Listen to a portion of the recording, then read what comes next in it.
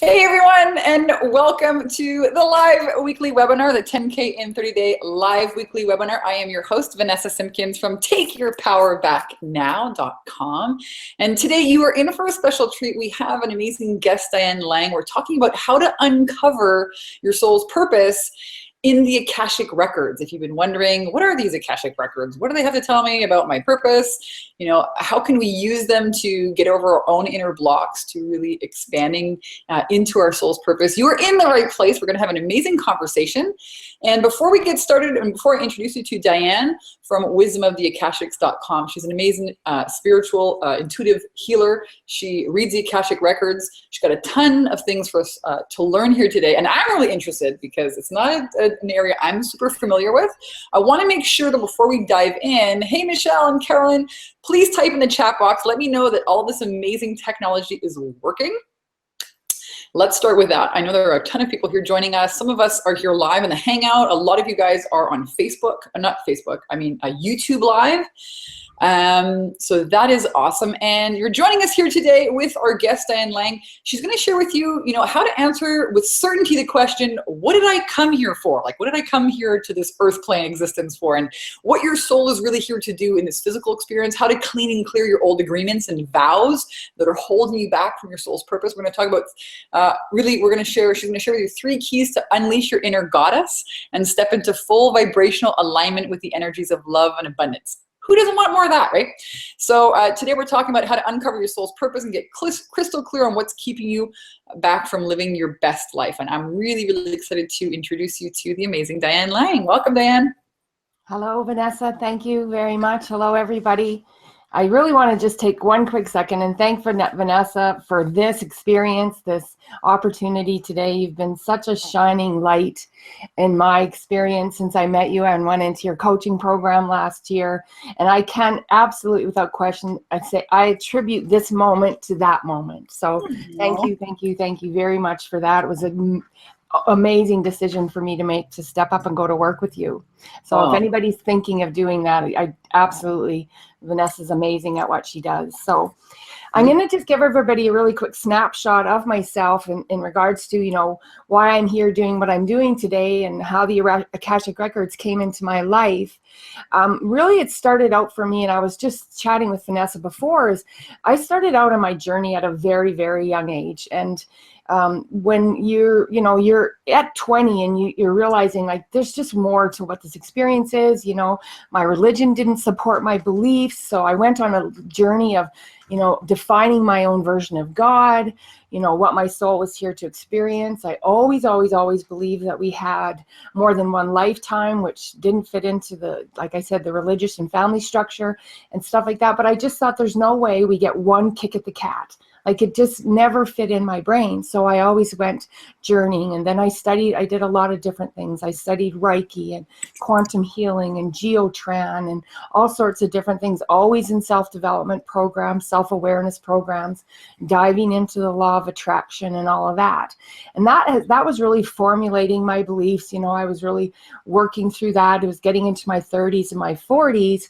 And then I had a big wake-up call. And my wake-up call came actually through the experience of being diagnosed with breast cancer. So that's another story. We won't get deep dived into that today. But really what happened then was I thought, wow, this is happening to me. First of all, one of the things I realized, and this is something I teach very deeply in the programs that I do and when I work with clients, is it really started here in the mindset. Because I decided, I was literally walking across the parking lot to my car after this, and I was like, I get one muscle that I get to complete control over, and it's my mind, and I'm going to use it, and I'm going to survive this, and I'm going to come out of it, and I'm going to have experiences that change my life. And I really step into what it is. I figured if I'm going to survive this, I really want to stay on path with why I came here. I felt that was the message God was giving to me. So I went through that, and then I did really well through it, and then I was diagnosed again, and I was like, whoa, what didn't I get? Like, wow. And I remember that I wasn't allowed to stay in a counseling program because they said that I couldn't talk about my cancer in the context that I'd attracted it. And it was like, I was like, so if I stay a victim, I can stay here and you'll pay for it, because in Canada it was covered in our Canadian healthcare system. And they're like, well, we don't really like that you put it that way, but yes. So I was like, well, then you guys aren't going to support this journey in the way I want to look at it. So again, exercising that muscle. Then in the second time, that's when the Akashic records came to me. And I was like, it's like how something happens, you'll hear something, and then in 2 days, you'll hear it 3-4 times, and it's like, the Akashic records, what are the Akashic records? And it was like, it's the place where your soul story is held. And it was like being given a Christmas present, because I remember thinking, I knew it. I absolutely knew there was a place, that there was going to be a story about me and my soul and my other incarnations, because these were beliefs that I already held at a very, very deep level. So I went searching for the Akashic records. So I studied how to read them. I studied soul alignment. I'm certified in the soul realignment certification. And then I took the advanced levels. And in actuality, the Akashic records they're such a valuable, veritable fountain of information that's soul specific. So when we dive into them, you get really definitive information about your soul. You learn about what your gifts are, what theme did you come here to experience in this lifetime, what your blocks and restrictions are. And blocks and restrictions are the things that are keeping us from it. Like Vanessa said, am I hanging on to some sort of unrighteous contract, something along that line? What is that all about? So when I started to do that, that's when I realized that that's a lot of what my wake-up calls were about, because I was really going to just go back to work as a secretary. I was an executive secretary. I'd finally got the best job I'd ever gotten, all the way to the president. I had the best paycheck I'd ever gotten in my life, benefits, downtown parking spot in Calgary, all those things that I'd shot for 30 years. And then I started in March, and in June, my boss came to me and he said, you don't even look like the same person I hired. I had started to get sick again. I was driving 13 hours, not driving, but back and forth. It took me 13 hours of my day, close back and forth travel, concluding lunch hour, to get an 8-hour paycheck. So I was going down. I was burning out really badly after my second cancer. And I just thought, that's it. I cannot do this anymore. I walked away from my job. Very proud that I got it, very sad that I was walking away from it. And that's when I realized, no, I'm not fulfilling the purpose that I came here for. Can anyone else here relate? Like, type in the chat box if you're like doing something, you're like, wait a minute, this is really not my purpose. Let us know. I would imagine that it's going to show up for a lot of people, because certainly people that reach out to me and come to me and that I work with, coach, and read their records, it's actually it's that running theme, Vanessa. It's almost always there. I'm doing this, but it doesn't feel purposeful to the degree that I feel like my soul is inspired in it. I'm soul inspired in what I do. And that's actually what I work with people. That's the greatest joy I get out of working with the clients, is because we really get down to the guts of what soul inspired thing do you want to do while you're here. And so that's just kind of the overview, why I got to where I got. And then I realized I got to step on path. I have to be in the spiritual realm. I have to be teaching. I've always been intuitive. I realize I'm a spiritual psychic, and people say, what is a spiritual psychic? And it's like, I really hold spiritual messages for people. There's very different ways to tap into our psychic, which we all have. It's really just really heightened intuition, and then a conduit for people's messages is really what I get. But I find that I focus on people's spiritual messages. It's what I get. So I don't do a lot of stuff in the realms of, am I going to meet a man and what's he going to look like? My question would be, well, I don't know. Are you open to reading him? Is your heart ready to receive him? What would you like him to be? And, if you tell somebody you're going to meet a guy with blonde hair and blue eyes, and he shows up with brown hair and brown eyes, like that, I caution anybody that actually does that for readings, because I'm thinking, I don't want to plant seeds like that in people's heads. So I get them, what is the essence of the man that you want to receive? And where are you at in your heart to receive him? So I read in a very different manner than a lot of people that would say, come to a psychic. So, and I was very gifted in it. And I've talked to Vanessa about this is, when I was stepping into this path and I was like, oh my God, I'm going to call myself a psychic or an intuitive. I like literally could almost just like, it was a very nerve-wracking thing to start to let come out of my mouth very naturally. To own it. Yeah, to own it. And that's one of the things that, I had gotten to a certain point before I met you, but it's like taking it and just grounding it when you actually step into the work. No, this is what I'm doing. I'm not going to get sidetracked by my job. I'm not, it's not to say you go quit it by any means, but you say, what is it? We look at the records and we say, what is it that you really came here to do? What is it you want to do? How do you want to be soul expressed? And then how to move from that job to that soul expression. And it could be in the healing arts or anything like that. I work really closely with a lot of spiritual entrepreneurs. And in Vanessa's group, we talk about this a lot because spiritual entrepreneurship is very different. I always talk to people, how we don't get to go home with a haircut, we don't get a TV, we don't get our car fixed. So it's etheric, it's transformation. People come to people like Vanessa and I for transformation. And there's really no dollar value you can attach to that. And, it's something that I really learned when I went to work with you. I was like, this isn't about paying somebody. This is about investing in somebody. And it was investing in myself when I chose to go to work with you. And like I said, what a fabulous decision it's been. Yeah, and how many people you've been able to help with your gift. So I'm really excited. There are like a ton of people on here. I think we have like 55 people here live. We've got a ton. I mean, there's just a ton of people chatting here in the chat box. I'm so happy that you're all joining us. You're welcome.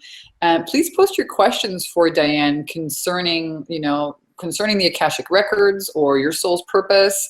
And we'll get to these here, we'll go through them during the call. But I know that, Diane, you've got some amazing information to share with us specifically. How can people, answer with certainty that question? Like, what did I come here for? And why don't we start there?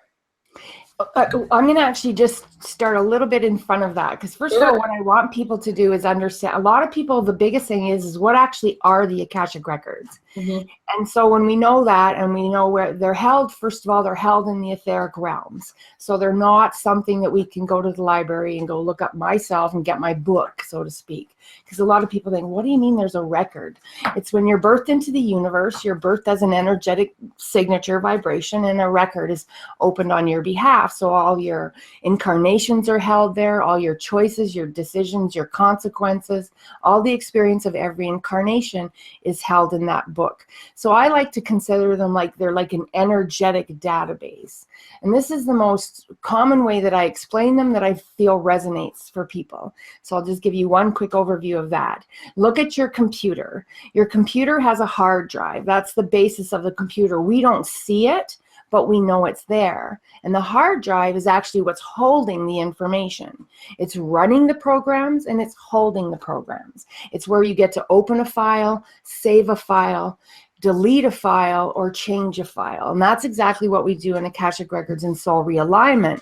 We go in there, it's a database. You've created an experience, for example, your incarnation is a file, so it's a book within the books kind of thing, and it's going to tell us stuff. We get to go in there and we can actually clear stuff inside of that. So it's very much like the computer. I really like this part of this discussion that I want to have, but I don't want that part there anymore. I don't want to hold on to that contract. I'm not willing to, I'm going to rescind this vow. I'm not willing to have this experience any longer. So, for example, if you hold a vow of poverty and it shows up in your records, we get this information in the readings, and it shows up in your records, it's really like, it can be the foundational reason, no matter what you're doing, you're actually still not able to create an experience of abundance with money, because you've agreed at some level, and it might have even been what you chose to do in a lifetime, and it served you to stay information. You may have lived in that lifetime in poverty to have some sort of experience to, maybe appreciate gratitude and abundance and something like that. So that's kind of getting a little bit specific, but so look at it as the computer. The computer has the hard drive, which is the book of record. And then within the hard drive is what's operating. And we get to go in there and we'd say, what's going on with her? What's happening? Why is this happening? Why is there a repetitive story about never being able to, come into alignment with money? Or the minute I get it, my car breaks down. That's the law of attraction, cause and effect, because basically we are vibrating, we're carrying a vibration of lack. And so we talk a lot, Vanessa, in your course and in my teachings too, about really what you have to do is recognize where you're at vibrationally. And this is something I work with a lot of people, but it's like we still want to know what is the story that's holding us in that vibration. Because so many people say, I've been practicing the law of attraction. I do visualizations. I do this and do that. And they still are not coming up out of that experience. So that's part of what you would get in actual Akashic record reading. That's one aspect of it. The other part is this incredibly beautiful part that says who you are, what your divine gifts are. Your divine gifts are the ingredient that you're most made up of. Like it's like, I look at it, this is the other way. So if we have what we call 8 divine gifts that we recognize in the Akashic records. And within those, let's say there's a piece of pie that has 8 pieces in it. 50% of that pie is going to be your main ingredients. That's your juicy sauce. That's your soul specific to you. This is your divine ingredients. And then you have 6 other pieces that make up the rest of you. So we all have a little bit in it of us, but we have something that we actually carry our true divinity in.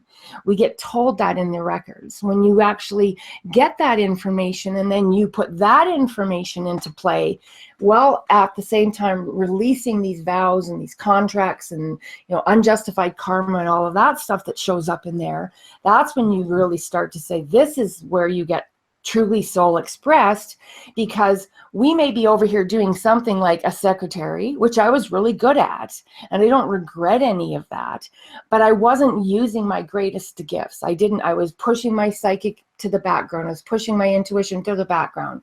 I wasn't making it part of my experience. It wasn't part of how I got paid. It wasn't. And so life becomes like really intense, right? Your purpose is going to knock on your door, man. You better answer the door. Otherwise, life is going to get intense. It's going to make you freaking, that's when you have a wake-up call. Listen, we've got a ton of questions. We've got questions about what are these 8 divine gifts? Elizabeth, Celia's asking, Carol's asking, how do these records fit into Christianity? Do we need to believe that we may live many lives for it to work? Celia is saying, I have a strong presence of a new guide that's around this month. Is there and is here so really pushing me forward to my true life? Is this part of what she's speaking about?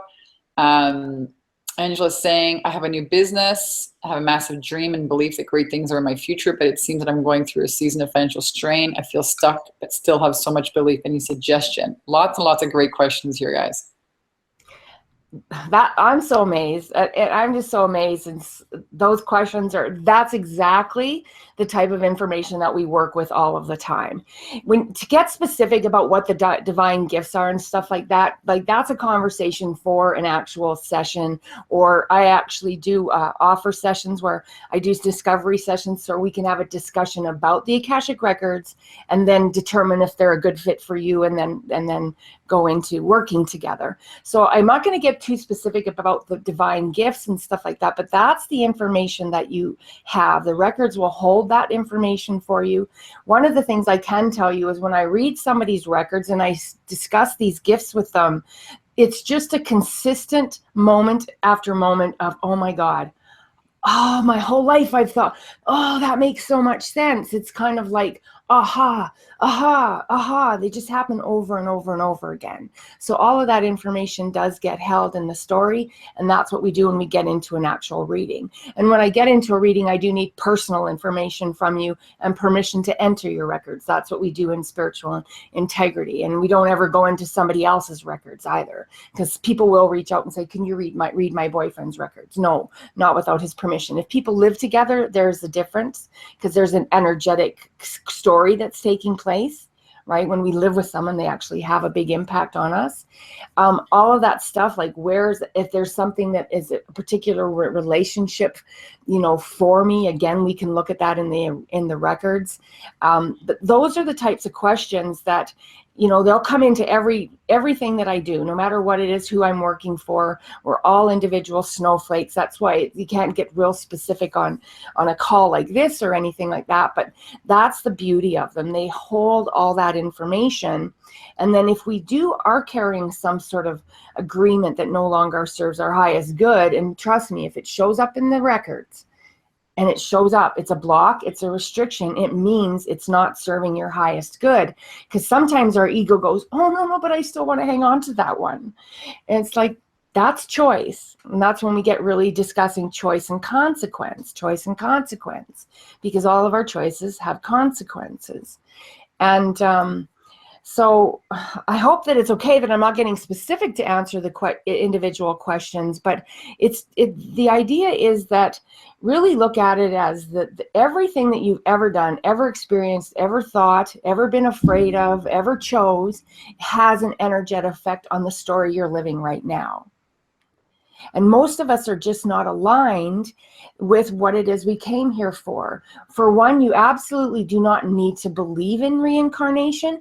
But then if I start to talk to you about in this lifetime, and we don't believe we've had other lifetimes, what happens is the brain just shuts down. Oh, this really isn't, I don't even know why I'm here. So I would say it's not a requirement, but typically my clients don't come to me without at least thinking or open to, yes, they have had other experiences in other lifetimes, because if you don't believe that, the Akashic records probably really aren't of interest. They wouldn't be for someone. Does it have anything to do with religion? No, it's based on your spiritual story. It's your soul level story. Religion is something that's based on the incarnation. So right now when you're born into Catholic, that's not your soul. That's incarnation specific information. So it doesn't actually apply to the Akashic records. What I can tell you, a very common thread through most of the people I work with is they'll say, my feelings around my religion don't really support me. I grew up in the Catholic religion where at a very young age, I realized, geez, they just want us to be afraid of God about everything. And what would boy want to be afraid of God for, and I just didn't believe I would be judged at the level.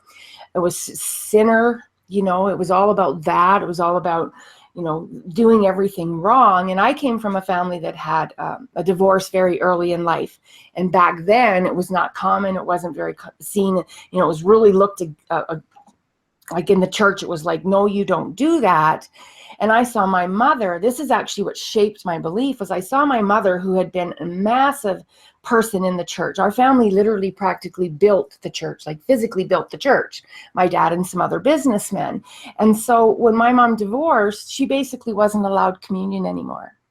She had to go to the back of the church, more or less. And I just remember thinking, there is no way my God would do that to my mom. No way, no way, no way, no way. Not when she needed him. So I decided, I was probably 13 or 14 years old. I decided, no, I get to pick my God. I'm going to pick one that supports my belief. I'm going to pick one that loves me no matter what, that's going to love my mom no matter what, that will always be there for us. And that set me on that path. That's why I say I was a very young age. I started looking for spiritual information. And that's when there was a bookshelf, like literally. You go to the store and there's a shelf. There was a few like old teachings, Edgar Casey or different people like that, Neville Goddard, some of the ones that we talk about. But there wasn't really much there yet compared to, now there's bookstores, look at the internet, look at all of us that are searching to, align with who we really are, our soul, our light, and all of that stuff. This is a really interesting conversation, and I'm so happy that you're here sharing all this wisdom and juju with us, Diane. So I'll keep a run-on eye here on some of the questions. I don't want to distract you from where you're going. You shared about the Akashic records, that they are these etherical, kind of a hard drive for your soul, and what's really inside your soul story, that you can change them. You can go in there, you can delete parts of the story you don't like.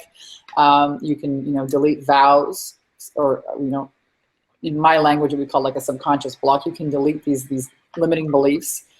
What else? This is new for me. I'm like, how do you go in and actually, like, how do you find those? How do you access these? Is it like through a meditative process? Is that what you're trained to do? Yes, it's part the way that I've been trained and studied and was basically we enter the records with your information. You call in who you were born under, the birth name that you're born under, where you were born. We call it up. We call in your Akashic record guides to assist. The Akashic records are open to me. I'm basically shown a book. We always go in there in reverence, and I want to stress this. And that means we're going in there to learn about our soul. We don't go in there through ego or curiosity, or I don't go in. But the reason I talk about this is we go there in reverence. We go there in reverence to the ascended masters that watch over them. We go there in reverence and say, I'm here to expand and grow from this information, not feed myself egoically. To think that, and the other thing about the records, when we see those blocks and restrictions come up, I really, really, really stress with people, we never, ever bring shame or blame into the story. Because I will tell you stuff and say, in some lifetime, you made this decision, this choice that then had this consequence, and it's got enough of an energetic frequency for you that it's still playing out for you in this lifetime. And we'll be like, oh, I couldn't have done that. It's like, we're human. We absolutely, everyone makes mistakes. We all make choices that lead us either towards our divine nature or from our divine nature. And this is kind of an extreme example, but I say somebody dropped the guillotine. That soul is out there, and that will have an impact on that soul, that somebody actually was the one that let the knife go. And so that soul has that in their story, which could be extremely painful to hear when we talk about what the blocks and restrictions are. So there's never, ever, ever shame or blame in them. Shame or blame are the things that actually got us there in the first place. You know, when we're holding on to a program of sacrifice or suffering or not worthiness or anything like that, that's the program that's running. So we don't do anything to perpetuate it. We just say, wow, I just totally want to move this out of my way now. And I'm beautiful soul, worthy and deserving of doing that. And when we do, and what happens, there's an interlying thread that runs through 3 areas of our life. Every soul has the same one: our money, our relationships, and our health. And when you work on one area, you can just by naturally start to change and affect another area. If one of them is out of alignment, both or all 3 will be out. 2 or 3 will all be out of alignment. So some people say, I was working on my relationship and money started showing up. We talk about this just through the law of attraction, right? And it's like, that's because you're cleaning up the story, period. And it can have those effects that you're not even focusing on. You're talking a lot about, you know, decisions and choices and how to look at, you know, your concept of yourself and how to look at your stories. I know that you have, this is amazing information. I know that you have a free goodie for people. Do you want to talk a little bit about that? And I'll put the link here in the chat box for everyone. Absolutely. On my website, or actually, wisdomoftheakashic.com/choices is the link that you go get. It's a free audio. And what that audio discusses, so that's wisdomoftheakashic.com/choices. What that does, it helps you understand there's a massive, massive difference between a decision and a choice. And most people, when you hear it for the first time, they'll think, well, what is the difference between a decision and a choice? It's actually huge. It's life-changing in and of itself when we realize our decisions they're like at the mental level. I'm going to have something healthy for supper tonight. That's a decision. And then the choice is to go eat a giant bowl of ice cream. So the consequence and the impact of what happens actually comes from the choice, not the decision. So when we take responsibility at the level of choice, we totally impact the consequence. The consequence we tend to think of as something negative. Oh, if I'm experiencing a consequence, something bad happened. If I'm having a lesson, it's like, wow, we don't go, oh my God, I have one. It's just about what are you doing with them, and then get into conscious creation about how you want to take responsibility from them. It's all about well, that was a tough lesson. We tend to think it's really it's the same straight Vanessa is that when we talk about those things that the purpose of why we came here. It's really way different than people think. A lot of people think I have a really set purpose as to why I came to the earth. Really what we came here to do is we came here to learn, grow, and expand through choice and consequence. That's actually what we came here for. To become conscious creators. To become conscious creators, exactly. It's not about I'm meant to be a teacher, I'm meant to be a Akashic record guide. Those are the things, that's what happens when you align with the gift that you came here with. That you express yourself through the gift, but the purpose is to learn through choice and consequence. I learned that the choices I was making, led to me having a wake-up call of cancer.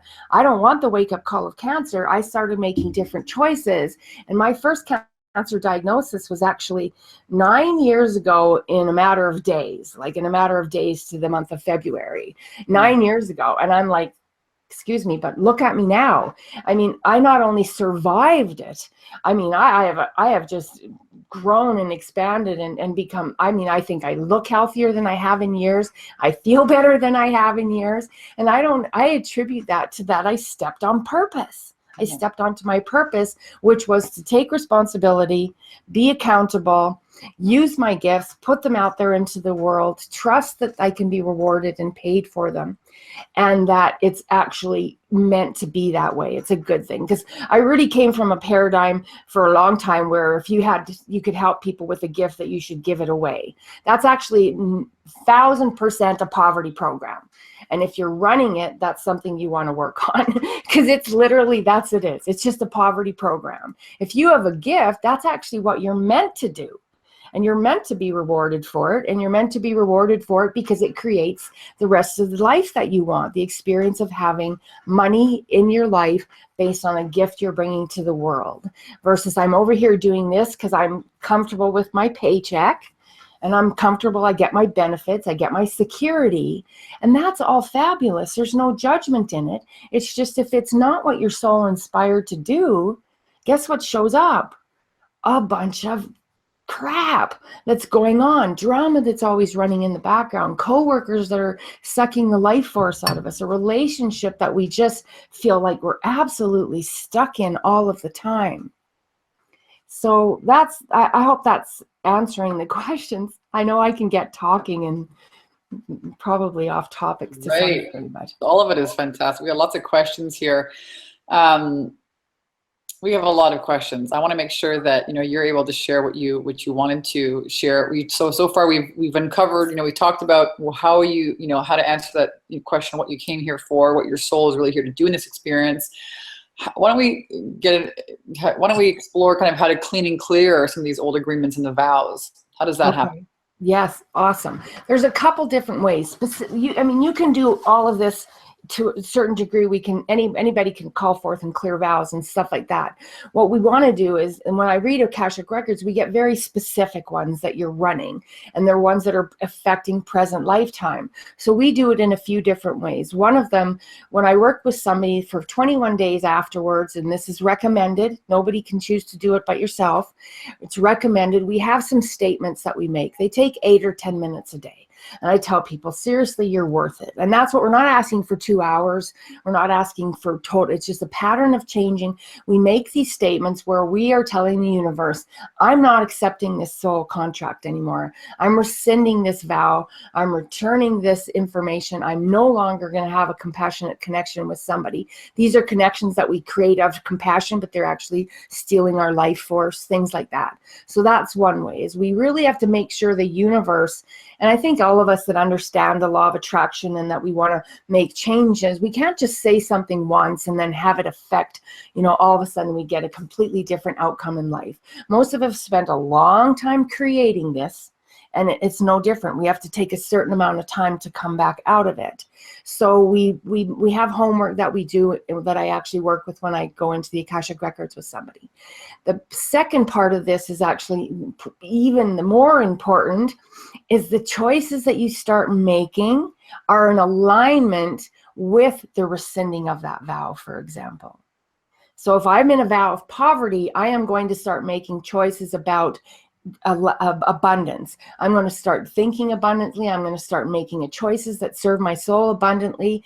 I'm going to start becoming in alignment with money. Is just an energy. People say money is evil. Money isn't evil. The way it can be used can support that, but it's the money itself is just an energy that's exchanged on the earth. So we do work in making sure that really what's happening, it's the level of doing that changes things. Is what are you doing? So the next time you get asked to, go out and you have very limited money, just one quick example is say, no, I can't afford that. That sentence will perpetuate your law of attraction of not being able to afford. Whereas when we just even shift our language and say, I really appreciate the invitation, but I won't be able to attend that with you. You then didn't tell the universe that you can't afford it. You just simply say, I appreciate the invitation, but it doesn't work for me that day. So those are the little conscious choices that we make. It's what we say, what we think, what we do is actually the foundation of releasing those agreements. That's the huge. So making new, affirmations or new vows. And then step 2 is making choices based on those vows. Absolutely. So if you vowed that you are actually abundant and wealthy, you would go out and buy that new jacket or that $50 lipstick, because why the hell not? I love it. I'm in totally agreement with this. Yes. And as you would know, it's sometimes it's like you have to open that door for any, I always say to people, how does anything get in, excuse me, a breath of fresh air cannot come in a closed window. Yeah. It can be very scary for people at that step. When you look in your bank account, you have XYZ dollars to go out and spend. I'm going to spend $1,000 on this, or that's precisely what you need to do. How you feel, really how you feel, how that, that new silk scarf feels, or hiring that mentor that's outrageously expensive, or buying a ridiculous car. Obviously, don't put yourself into a ton of debt, but at the same time, what does that say about your belief in yourself? That you deserve this. And oftentimes that's the most important decision to make. I deserve that. Yeah, I can totally have that. Stop waiting for somebody else to give it to you. Start giving it to yourself. So I love that. So those are the first 2 keys. What's the third one?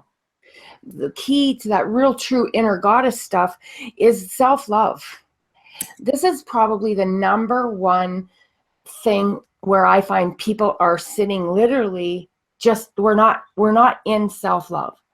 We're still in, we're beating ourselves up for something.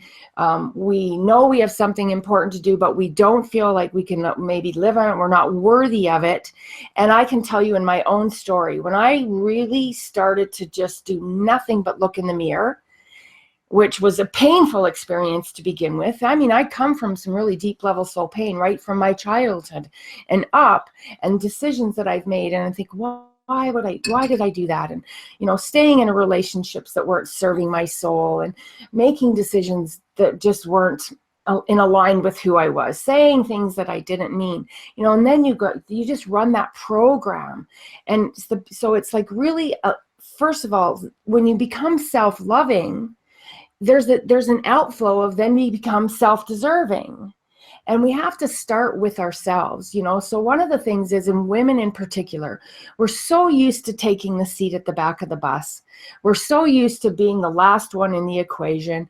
It's like all the pieces, everybody's needs are being met but mine, and I'm finding that when people like 40 and over in particular, they're like starting to go, I'm so done with that program. I am so done putting everybody in my life first, particularly once the kids have come and gone. Husbands are going through and partners are going through this incredible experience on the earth right now. It's like, where did this empowered woman show up from? Because that's not the one that just raised my kids for 25 years. And so it's really about recognizing that we have to step to the front of the line. There is a reason on an airplane they tell you to put on your own oxygen mask first. They don't tell you to put your child's oxygen mask on first. They tell you to put your oxygen mask on first. And it's so you are present to then assist the child. When we're in burnout, when we're not doing what it is that we're supposed to be doing, when we're just running the job, running the kids, running, and we have no self self-awareness, self-love, and we're not putting ourselves first. So that's just a huge, massive key.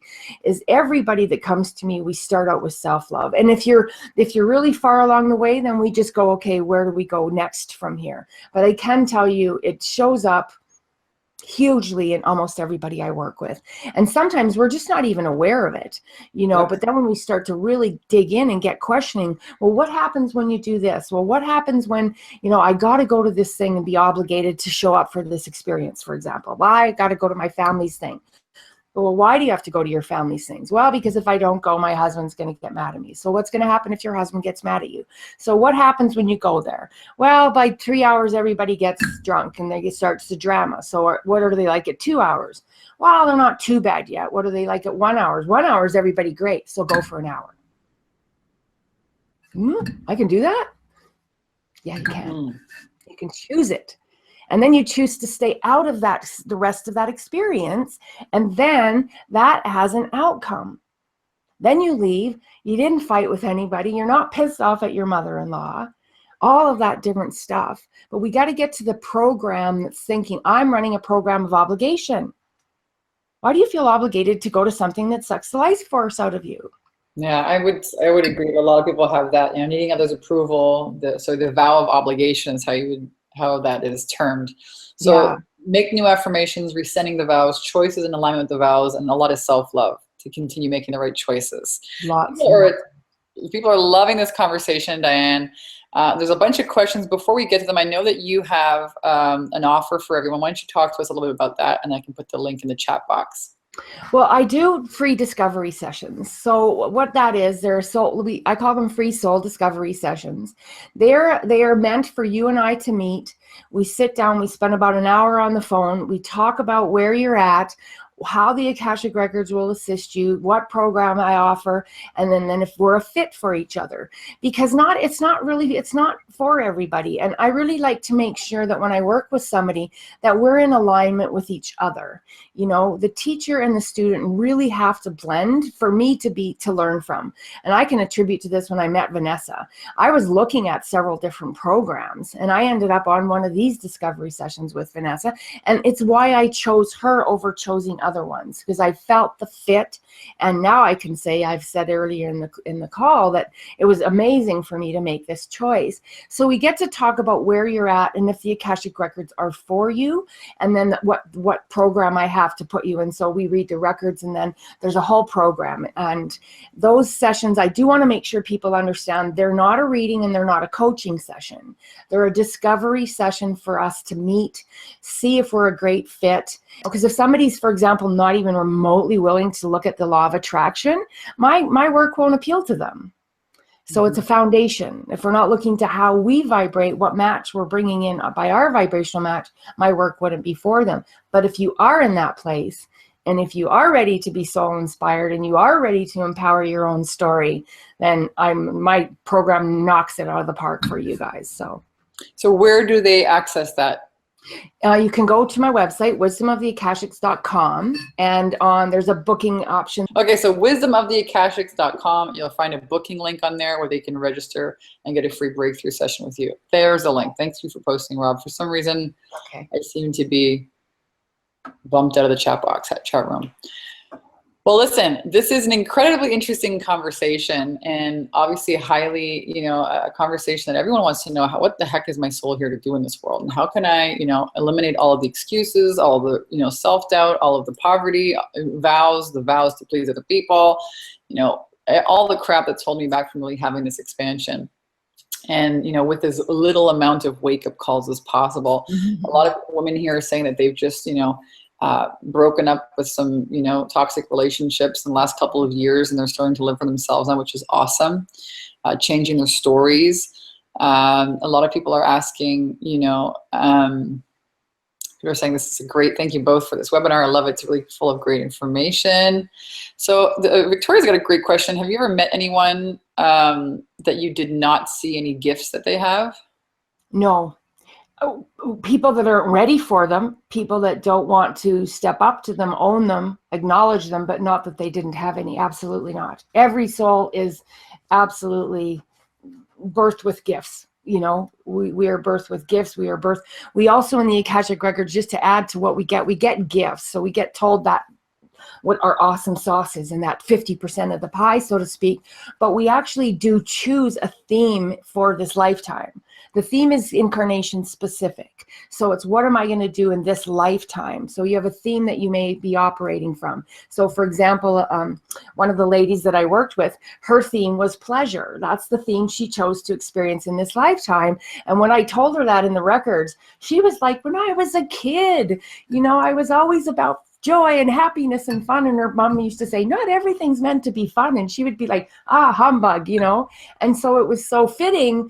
And it's like, so now how do you fully express in that? So if she has to find pleasure for her real greatest soul story to show up, she actually has to have pleasure in her story. You know, and so those are the kinds, so we get a theme and we also specialize in something.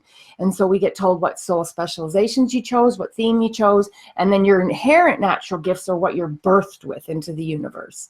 So that's, again, that's that 50% of the pie, so to speak, or, you know, yeah, basically it's the two main ingredients that we have. And then the rest are just this, you know, the little parts that make up the whole cake, so to speak. Well, you've got me curious. I tell you what, this has been a phenomenal interview, Diane, with a ton of amazing information. And yeah, I believe that we all come here for a purpose. I absolutely 1,000% agree. My purpose is definitely to inspire people.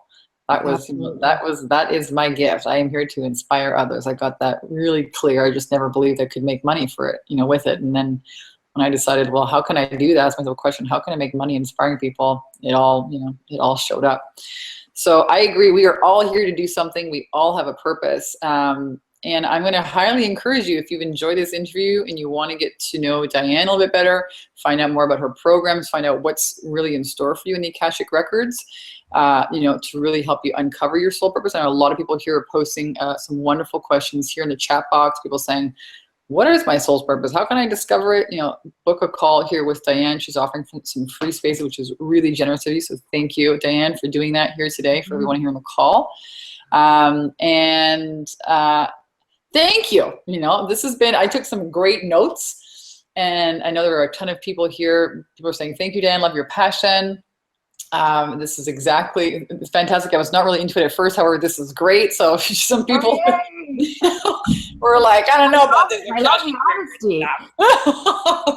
Yeah, Rob says, fantastic webinar, ladies. I'm inspired for sure. A lot of people enjoying this. So awesome sauce.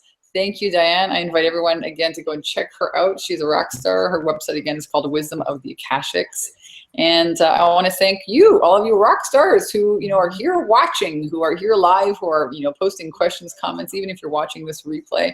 I say this every week. I really do mean it. 90% of success is just showing up. You know, you show up, you get one piece of nugget, one aha moment. You know, it can totally, radically, dramatically transform your life and your business. And that's really the intention of this live weekly webinar series is to inspire you every week to really live your dreams and live your goals and rock your business if that's, you know, what you're here to do. Again, thank you, Diane, and thank you, everyone, for being here. And welcome, welcome. Come back next week. We have another great webinar series. Again, my name is Vanessa Simpkins from TakeYourPowerBackNow.com. Wishing you guys all an amazing day. Bye. Thank you. It was awesome, Vanessa. Thank you. Thank you, everyone that attended. Awesome, Diane. Bye, everyone. Bye.